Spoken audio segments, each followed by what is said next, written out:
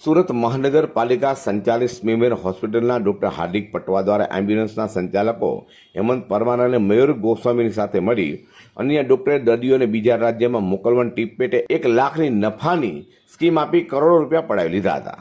આ મામલે ક્રાઇમ બ્રાન્ચની ઇકોસેલમાં ફરિયાદ નોંધાતા જ ઇકોસેલની ટીમે કરોડોની ઠગાઈ મામલે એમ્બ્યુલન્સના સંચાલકો હેમંત પરમાર અને મયુર ગોસ્વામીની ધરપકડ કરી હતી. એ ડોક્ટર હાર્દિક પટવા ભાગી છૂટતા તેને વોન્ટેડ જાહેર કર્યા છે. ખાતે એક ગુનો નોંધાયેલ છે, જેમાં ફરિયાદી કપિલ કુમાર અરવિંદભાઈ સહાણી નાઓ છે.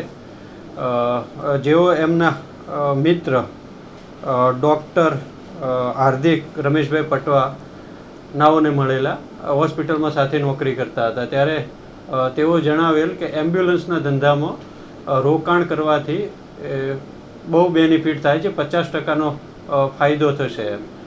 અને એમને સમજાવ્યા કે 50% ફાયદો થશે, 2 વર્ષની અંદર તમારે મૂડી જોઈતી હોય તો પરત કરી દેવામાં આવશે.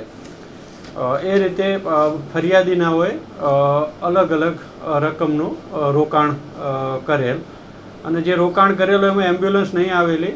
પછી તેઓ દ્વારા ફરીથી ઉઘરાણી કરવામાં આવે. એમના જેવા બીજા પણ 12 લોકો જે મેડિકલ ક્ષેત્ર સાથે સંકળાયેલા છે એમને પણ રોકાણ કરાયેલું. જે રોકાણ ટોટલ 5,24,10,000 જેટલું હતું એમ. આમને રોકાણ કરાયેલું, એમ્બ્યુલન્સ નહીં આવેલી એટલે ઉઘરાણી કરેલ. તો એમને એવું કહેલું કે JSW સ્ટીલ લિમિટેડ સાથે કોન્ટ્રાક્ટ થયેલો છે અને ત્યાંથી એમ્બ્યુલન્સ આવે છે. ત્યાં તપાસ કરતા હોય તો તે જે એમને જે આપવામાં આવેલ હતો તે કરાર ખોટો અને બોગસ હતો એમ. તો એ બેઝ ઉપર એઓએ કમ્પ્લેન કરાવેલ, જેની અંદર અત્યારે 2 આરોપી અટક કરવામાં આવેલ છે.